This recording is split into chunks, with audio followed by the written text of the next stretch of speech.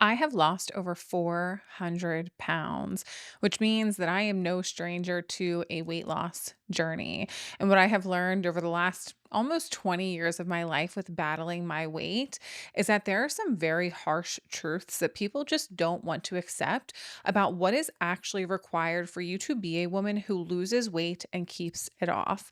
I want to dive into those harsh truths with you today. Harsh truth number one is that you are probably not going to love every single thing that you put in your mouth on a weight loss journey. If you are a woman like me who grew up kind of addicted to food, where you felt like food became your friend, food became your joy, food became your emotional comfort, you likely have a relationship with food where you want the things that you eat to taste good. And there's nothing wrong with wanting to enjoy the food that you eat, but you have to understand that when you are on a weight loss journey, there are sacrifices that are going to be made. And one of those sacrifices is that you might not love every single thing that you put in your mouth. Sure, you can try really hard to make healthy substitutes and find foods that taste similar to the ones that you love. But the truth and reality is, it's all of the stuff that's not so good for us that makes food so fucking delicious.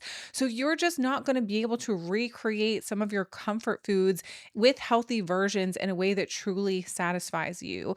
Additionally, you might find yourself eating repetitive meals, and some of them might be a little bit boring. At the end of the day, you are allowed to love food and want to enjoy food, but at the same time, you have to understand that there are sacrifices that are made when you are putting yourself into a calorie deficit to lose weight. And sometimes one of those sacrifices is that you don't look at every single meal on your plate every single day and think, oh my gosh, this is about to be the most delicious thing that I've ever eaten. The second truth about your weight loss journey is that plan A is not always going to work. When you're a type A person like me, who is kind of a little bit of a control freak, you want things to go exactly as planned all of the time. This lack of flexibility is literally one of the biggest sabotagers of your success on your weight loss journey because you are living with the expectation that things are going to go perfectly as planned all of the time. What happens for most people when they try plan A and it doesn't work is they end up quitting, abandoning themselves, and looking for every reason and justification to not show up and follow through. Successful people, when plan A doesn't work, they're looking to plan B, C, and D. I was having this conversation the other day with a client where she was talking to me about how badly she wants to be consistent with exercise. And every single night she goes to bed promising herself that the next day is going to be the day that she wakes up at 5 a.m. and gets her workout done. And as she's sharing this with me, I said to her, have you considered doing your workout at a different time of the day? There comes a point where you just have to realize the promise that you keep making to yourself is remaining unfulfilled for a reason. And maybe it's remaining unfulfilled not because you're not capable of executing, but the plan that you have created for yourself is not supporting you in executing on doing what you really want to do for yourself. I used to hate working out. Like, with every fiber of my being, I would debate with myself for hours and hours and hours about getting my workout in. My original plan was I'm going to work out after work. I thought that that was going to be the best time for me because at the time I had convinced myself that I'm really not a morning person and waking up early is the worst thing in the whole entire world. Waking up early still does kind of suck. But what I realized was every day when I was getting home from work, I was finding a reason and excuse to not work out. I was tired, I was hungry, I needed to eat. But then by the time I ate, it was time to go to bed. And I didn't want to create all of this energy through working out that was going to leave me restless and having a hard time falling asleep. I was looking for every single excuse to not show up and do it. So, what I personally realized for myself was if I'm not being consistent working out after work, I need to find a different time of day to execute. This doesn't mean that I can't be consistent working out. It just means that the plan that I've created for myself right now is not working. So I started by waking up 20 minutes earlier, 3 days out of the week, and getting myself to get in three workouts Monday through Friday and one additional workout on the weekends. This helped me learn to be consistent with showing up and exercising just 4 days out of the week in a way that worked for me, where I wasn't constantly looking for reasons and excuses. I would set my alarm across the room to force me to get out of bed. And I had this rule for myself that once I stood up, once my feet touched that floor, laying back down was not not an option. Plan A is not always going to work. If you want to be successful, you have to learn to be a woman who looks to plan B, C, D, E, and F rather than looking to quit. The next harsh truth that I had to realize about losing weight was that I did actually know how to be disciplined. I just didn't know how to be uncomfortable. You're disciplined in a lot of areas of your life, whether you want to give yourself credit for that or not. If you have kids, you get up every single day and you take care of them. If you have a job, you get up every single day and go to work even when you don't feel like it. There's a lot of things in your life that you do regardless of not feeling like it. You are a disciplined person. But the problem is your weight loss journey is requiring you to be uncomfortable. You're uncomfortable because you're not getting to eat all of the foods that bring you comfort and joy in life. You're uncomfortable because you're challenging your body to do things that you haven't done before through exercise. You're uncomfortable because you're desiring to get somewhere other than where you are right now. And it's requiring you to practice patience, which can often be uncomfortable. I need you to stop telling yourself that you're not disciplined enough or motivated enough to be a woman who loses the weight that she wants to lose, because you are. And you have examples in your life of where you're disciplined and where you're motivated and where you can show up for yourself and where you keep the promises that you make. The problem is you need to get comfortable being uncomfortable doing these things for yourself. The fourth harsh truth that I had to realize when it came to my weight loss journey was that regardless of how much weight I lose, I am still going to have insecurities. I am not going to look in the mirror and think that I have the most perfect and beautiful body that's ever existed in life. I don't think there's any woman or human being walking this earth who has that feeling about herself.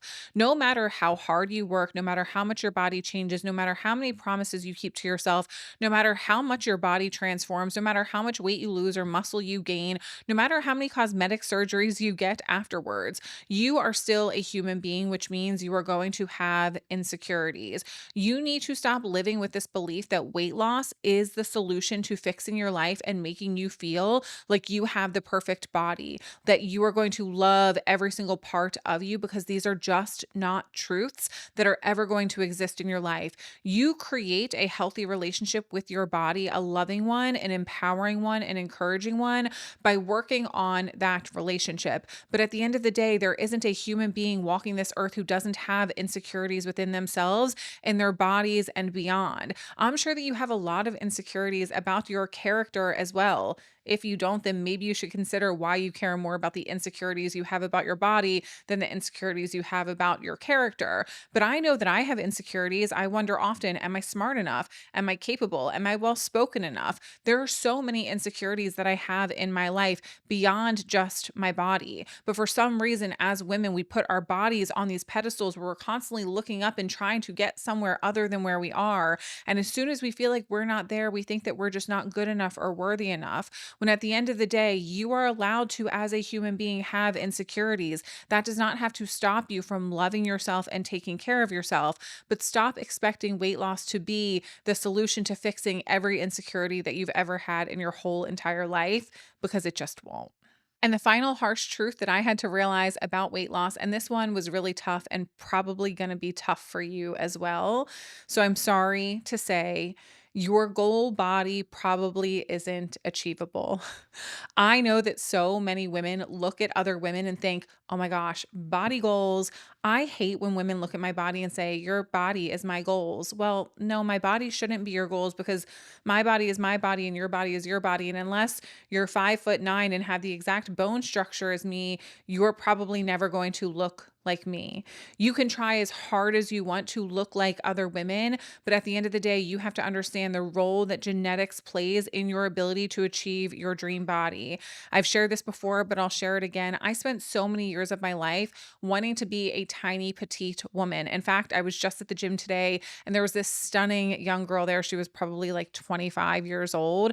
She had the most beautiful build. She was probably like 5'3". She was curvy in the right places. She looked strong. She had had muscle definition. She was beautiful. And I caught myself looking at her and thinking, oh my gosh, she's so stunning. I wasn't comparing myself to her. For probably the first time in a long time, I was able to look at and appreciate a woman's body that was once my dream body and realize, Jessica, you're just never going to look like that because you are 5'9" and you are not petite and you are not built that way. And that's okay. Another woman's beauty does not take away from your beauty. But we're living in a society where we've been convinced that thin is the only definition of beautiful. It is your responsibility to reframe that belief in your own brain because society is not going to reframe it for you. But you need to stop looking at women whose bodies are just so genetically different than yours. You're never going to have that body. Your dream body should be the best version of the body that you are living in right now. Because at the end of the day, isn't it a sad life to spend every single day waking up wishing that you were just fundamentally different? I talk a lot about perfectionism, and I was having a conversation with a client recently about perfectionism. And one of the things that I said is like, if you're waiting for perfect and you define perfect as a totally different reality than the one that you have, the example that we were talking about was she wants to start an online business. And I was talking about what perfection looks like for her. And if perfection requires her to look completely different before she's confident on camera, live in a completely different home before she feels confident filming herself in her house, how likely is it that she is ever going to achieve her goals if her entire reality needs to change in order for her to start taking steps forward? If you are expecting your entire genetic makeup and your entire body to change before you are allowed to love it, then you are going to be waiting forever to love and appreciate the skin that you are living in. You can lose weight, but it is important for you to know that you are just going to look like a smaller version of yourself. You ever go into the hair salon and you ask for a haircut, you take the inspo and you're like, here's my pick. This is what I want to look like. Oh my gosh. And then you leave the salon and you're like, wait, I don't look like my inspo pick. I just look like me with a different haircut. That's because you are never going to look like someone else. Weight loss is not going to change the way that you look, so much so that you look like a completely different person. Weight loss is not going to change your bone structure. Weight loss is not going to change your height. Weight loss is not going to change where you carry fat. Weight loss is not going to change the proportions that you have within your body right now. You are just going to look like a smaller version of yourself. I know that so many women spend their entire lives believing that weight loss is the solution to a happier life. I encourage you to lose the weight that you want to lose. I encourage you to live in the healthiest body that you can possibly live in. But I also encourage you to learn to love the woman that you are, body and beyond, because weight loss is not the solution to a happy life. Weight loss is not the solution to the confidence that you think that it is. Weight loss is not the solution to never feeling a single insecurity in your life again. You are not going to look like a different person. You are not going to achieve a body that is just not achievable for you. You are not going to love every moment on your weight loss journey. You are going to have to make sacrifices and put in a lot of effort to get to where you want to go. And I will leave you with this reminder. Whatever you are willing to do to lose weight, you must also be willing to do in order to maintain it. A weight loss journey is, yes, a short period of time where you are in a calorie deficit so that you can lose weight. However, a lifestyle change is required if you desire to keep the weight that you lose off. So don't ever lose sight of the fact that this is a long-term commitment, a lifelong journey to showing up and being a different woman. Okay. I love you guys so very much. I want to thank you for tuning into another episode of the Queen of Pep Talks podcast. If you appreciated this conversation, took something positive away from it, or had an aha or realization that is going to change the way that you show up for yourself in the future, I would love to hear that, whether in the comments here on YouTube or in the ratings and reviews on the Apple Podcast app. You can also engage with me on Spotify through the Q&A feature. I appreciate you all so much for being here. Share this episode with a woman in your life who needs to hear this. I know that you know someone who is on a weight loss journey, who is wanting to change her body. These are 5 things that she should know while she's navigating that weight loss journey. I love you guys so very much, and I will chat with you next week on a brand new episode of the Queen of Pep Talks podcast. See ya.